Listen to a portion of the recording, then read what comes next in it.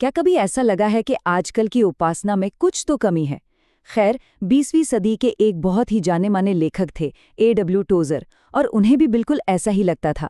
तो चलिए आज उन्हीं के नज़रिए से समझने की कोशिश करते हैं कि हमारी उपासना को आखिर हुआ क्या है। क्योंकि यकीन मानिए, उनके उठाए सवाल आज भी उतने ही बल्कि शायद उससे भी ज़्यादा चुभते हैं। अब ये जो बात है, मुझे एक सृष्टिकर्ता की जरूरत थी, मुझे एक बड़ा व्यापारी दे दिया गया।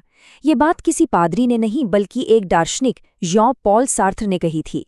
लेकिन ये लाइन एकदम सटीक तरीके से उस आध्यात्मिक खोखलेपन को पकड़ लेती है जिसे टूजन ने अपने समय की चर्च में देखा था। मतलब उन्हें ऐसा महसूस हुआ कि चर्च ईश्वर की महिमा करने की जगह बस एक बिजनेस की तरह चलाया जा रहा है। सेक्शन 1, उपासना में संकट। तो टोजर ने आखिर असल में समस्या क्या देखी थी? उन्होंने देखा कि चोचों के पास सब कुछ था, अच्छी इमारतें, पैसा, कार्यक्रम, लेकिन अंदर से, मतलब जहां असली चीज, सच्ची उपासना होनी चाहिए थी, वहां वे पूरी तरह से खाली थे, एकदम कंगाल। टोजर की नज़र में ना सबसे बड़ी प्रॉब्लम ये थी कि चर्च गुनगुने हो गए थे। मतलब ना ठंडे ना गरम, सारी गतिविधियां हो रही थी, खूब कार्यक्रम चल रहे थे, भीड़ भी आ रही थी, लेकिन वो एक चीज जो सबसे ज्यादा मायने रखती है, वो गायब थी। ईश्वर के प्रति वो सच्चा, वो गहरा समर्पण। असल में मनोरंजन ने धीरे धीरे उपासना की जगह ले ली थी। और यहीं पर टोजर ने एक बहुत ही जरूरी फर्क समझाया, उपासक और कार्यकर्ता के बीच का फर्क। उनका कहना था कि उपासना के बिना किया गया कोई भी काम, चाहे वो कितना भी बड़ा क्यों ना लगे, वो बस सूखी घास के ढेर जैसा है, व्यर्थ। लेकिन जब एक उपासक कोई काम करता है तो उसके काम में एक एक अनंत काल की गूंज होती है। बात बहुत सीधी सी थी, पहले उपासना और उसके बाद सेवा।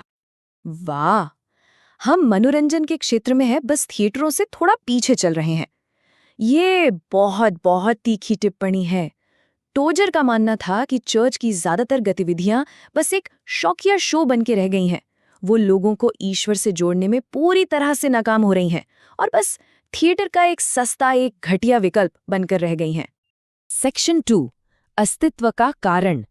तो सवाल ये उठता है कि अगर उपासना सिर्फ गाना बजाना या मनोरंजन नहीं है, तो फिर ये इतनी इतनी जरूरी क्यों है?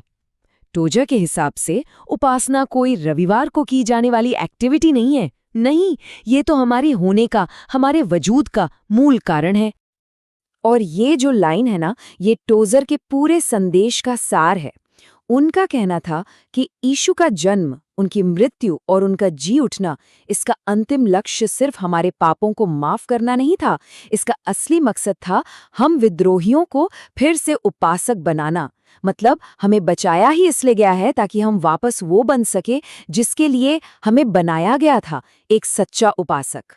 तो फिर हमारे बनाए जाने का सबसे पहला, सबसे जरूरी मकसद क्या है? टोजर के लिए इसका जवाब एकदम साफ है, सिर्फ एक, और वो है उपासना। ये बस करने वाले कामों की लिस्ट में से एक काम नहीं है, नहीं, बल्कि ये वो एक मौलिक उद्देश्य है जिसके लिए इंसान को बनाया गया। बाकी सब कुछ यहीं से शुरू होता है। सेक्शन 3, सच्ची उपासना क्या है?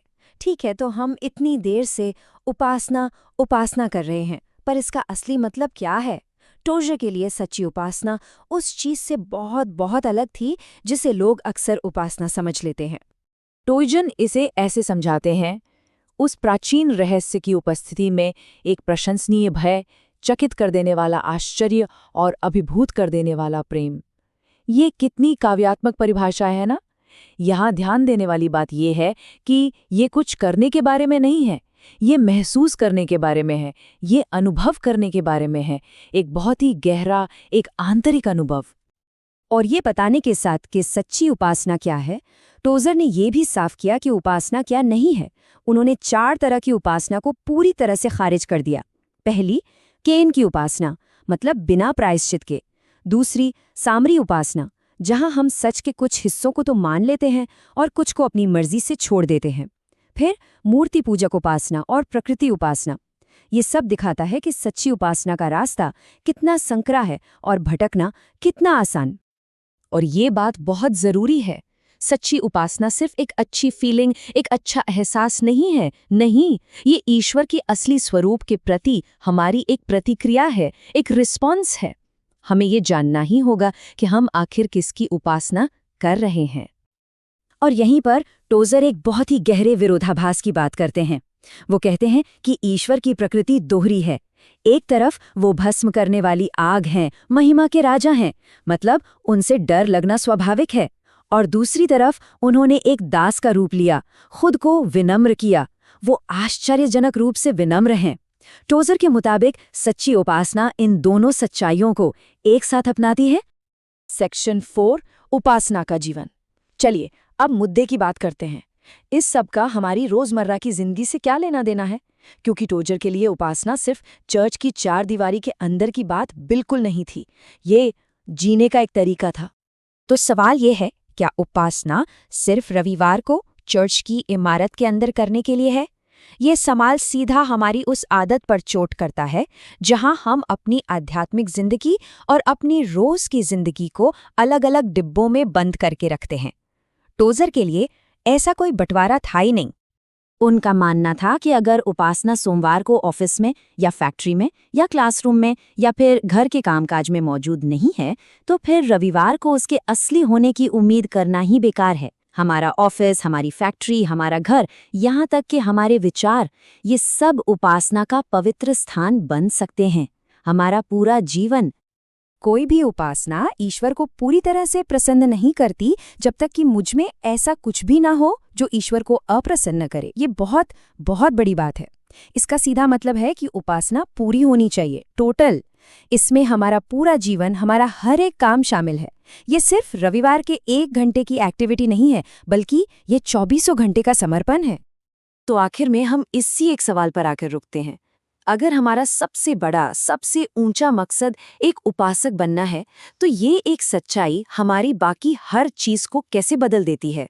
हमारे काम को, हमारे रिश्तों को, हमारी सोच को, सब कुछ। इस पर सोचिएगा जरूर, क्योंकि टोजर के मुताबिक ये जवाब सच में सब कुछ बदल सकता है।